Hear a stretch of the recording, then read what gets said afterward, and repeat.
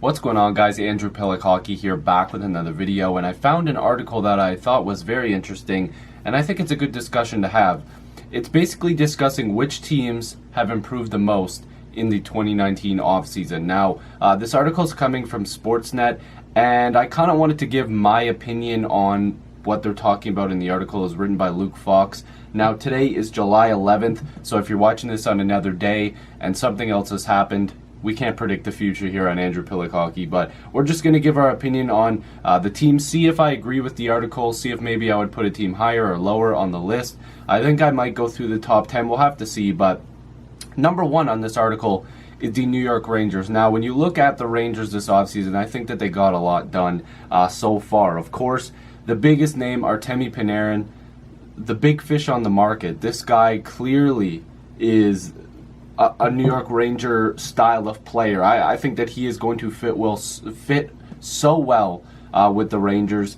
And that discount, it kind of looked like it was a discount. Apparently there was teams offering him 12.5, and regardless of the Rangers pitch, I don't know if you guys seen it, but we know Panarin shoots right-handed. By accident, when they were introducing him at first, when he hadn't signed yet, he was using a left-handed shot in the Photoshop that they made, and I was like, oh boy, the Rangers might be out of it. But Artemi Panarin, definitely the biggest move they made, biggest fish on the market. Kaapo Kakko, how can you not add him to this list? What a huge pickup in the second overall selection in the 2019 draft. And then you have Jacob Trouba. They paid a pretty good price, it says here, at a Craigslist price. I mean, I would have to agree. Trouba, he's going to be going to salary arbitration. I think that he's a perfect pickup for the Rangers. They really improve their blue line as well. Adam Fox, that's a solid pickup. They didn't really overpay for him either. So I would have to agree for now that I think the Rangers have had the best offseason just because they've addressed their blue line. They've also added a young piece in Kaapo Kakko, and they added a top-line scorer in Panarin. How can you be mad at an offseason like that? And of course, they still have Lundqvist in the crease, and they have good supporting players there. I think the Rangers are going to be much better this season. It's an accelerated rebuild if you look at it. Next up here, they have the New Jersey Devils. Ray Shero was busy, okay? Making that move for PK Subban, absolutely crazy. And of course, Jack Hughes, you get him at number one. Wayne Simmons at a cheap deal, 1 year, but well, cheap in the sense of term because it's only 1 year at $5 million. Now, a lot of people were like, whoa, that's a lot of money, but the Devils have a lot of money, and I don't believe that they're contenders. But I think that they're knocking on the door of, okay, we're going to be competitive. Hughes is a stud. PK Subban is a guy that's going to rack up points if he stays healthy. And Simmons brings that grit, and he's looking for an opportunity to rebound because he knows this 1 year deal could be a make or break year for him. He wants to make money, and he wants to get that term. Whether it's with the Devils or not, I don't know. And of course, they've got to try to convince Taylor Hall to stick around. So maybe the Devils have one more big move up their sleeve. And I think that Ray Shero is phoning a lot of people. There's some cheap young players out there, like maybe a Gusev type of player out there that he might be able to acquire. So we'll have to keep an eye out on the Devils. I think they're not done. Next, we have the Dallas Stars. Joe Pavelski added to that lineup. Finally, we get some more scoring help on the Dallas Stars. I like Radulov, but I think that they needed still that big third player there. And I know it's a bit of a hefty contract, but still, Pavelski's a good add to the Ben, Seguin, and Radulov mix. Corey Perry, definitely a good pickup as well. Depth, I know a lot of people aren't really a big fan of Corey Perry, but if he can fit in well with them, if he can add a little bit of secondary scoring, maybe improve on his numbers. We know that he's taken a little bit of a turn for the worst in his career. If he can find some scoring magic, the Dallas Stars are going to look a lot better. I really like their move, especially Joe Pavelski. That is a huge add for them. I think Dallas is a little bit too high on this list for my liking, but I think that they addressed some of their needs, and they probably aren't done either, although that they've made one big move there. The Florida Panthers, of course, how could you disagree? So Joel Quenneville, new head coach. That's a huge pickup right off the bat. You miss out on Panarin, but Roberto Luongo retired. I know that's sad. A lot of people in the NHL and Florida Panthers fans, of course, and maybe even Vancouver Canucks fans, as noise in the background once again, he retired. That opened up some space for them. Sergei Bobrovsky is the brand new goaltender for the Florida Panthers. Now, he is one of the better goalies in the league when he's healthy and on his game, and I think that he is going to be a fantastic fit there. They might have overpaid a little bit, $10 million per season for 7 years. That's a lot of money, but I really like the ad. I think that they needed a new goaltender. Of course, they moved on from James Reimer as well.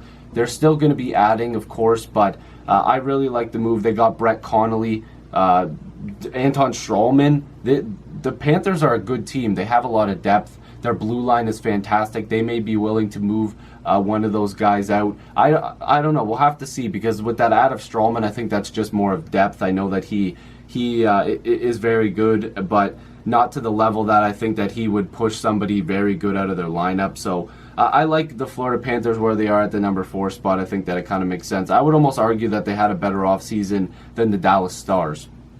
Next here is the San Jose Sharks. Big moves for them as well because of cheap contracts. Of course, 56-point scorer Kevin LeBlanc. I mean, $1 million. Like, that's absolutely insane. You also re-signed Erik Karlsson. So you made some solid moves here. You signed a guy who had 56 points to $1 million. I know people say LeBlanc. I don't want to take anybody off, but Erik Karlsson was the number 1 guy available in this offseason. It says it here. It's obviously, everybody knows that. You get him under contract. You get LeBlanc or LeBlanc, however you want to say it. You get him for $1 million. Bananas. Listen, the Sharks are a team that I think has not disappointed, but a team that I think people expected more out of. And I really believe that they are going to be a contender again this season, even though they missed out. And they're probably still going to be making some moves. They're going to make sure Joe Thornton gets done. And I'd imagine Patrick Marleau comes back at like $700,000. So that's just more added depth for them. At number 6, the Chicago Blackhawks. Chicago's offense, probably a bit of an issue. That's what it says here as well. So Calvin DeHaan, Olli Maatta. Maatta's a guy that a lot of people are kind of hot and cold on. But Calvin DeHaan's a solid pickup for them. I think that he might be hurt to start the year. I'm not positive. But Robin Lehner, or Lehner, however you want to say it. I say Lehner. Really good contract for him. $5 million. I have no idea how him and the Islanders broke up there. It seemed like if they missed out on Bobrovsky, Lehner was going to get signed for sure. And even then, I thought Lehner was going to get signed, and they were just going to be like, you know what, Bobrovsky, sorry, we're not going to pay that money. But they missed out on both of them and ended up signing Varlamov or Varmalov, however you like to pronounce it, because I know people do differently. So it says here too, and this is what I wanted to bring up, a Crawford-Lehner a tandem could be good for them, could get into a wild card spot. I don't think they're making the playoffs, and again, that could be a bit of a hot take for certain Chicago fans, but Calvin DeHaan and Olli Maatta, big pickups for them. Lehner is good. That's insurance for Crawford to make sure that if he can't go, Lehner is definitely going to get most of the starts. So Chicago being at number 6 kind of makes sense. Now, I'm not going to go too crazy for the rest. I think I'm going to go to 10. Sorry, there's noise in the background. But Nashville, adding Matt Duchene, that was a big add for them. Getting rid of the Subban contract, but it wasn't a huge return for them. But they really wanted to get Matt Duchene under contract. They probably still are going to be making moves. I think the Turris move is something they really want to make.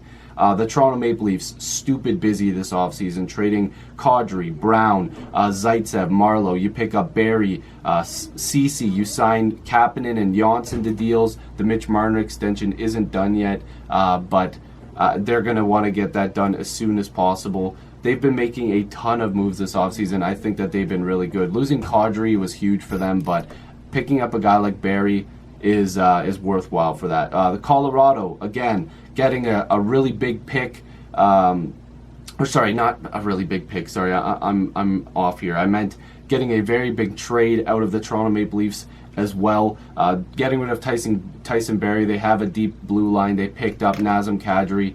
They are able to bring him in as a secondary scorer for Nathan McKinnon. Obviously, Mikko Rantanen. Donskoy was a good pickup, but Rantanen needs to get done, so I would agree.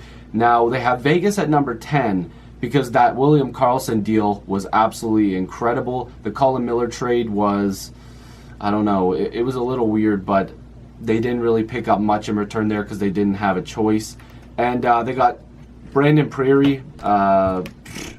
That's a pretty solid pickup for them. Obviously, he did quite well for them. 12 goals in 31 games last season.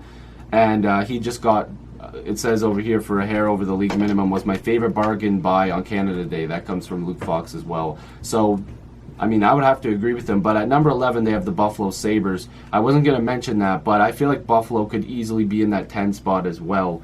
I would argue Buffalo's had one of the better off seasons so far. I think that they're a playoff team next year.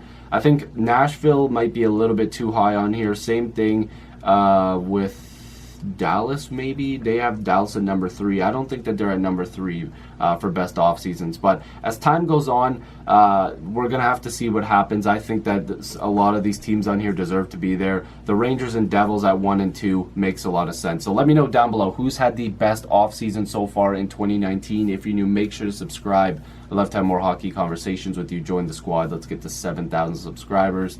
I'll see you in the next video or stream. Peace.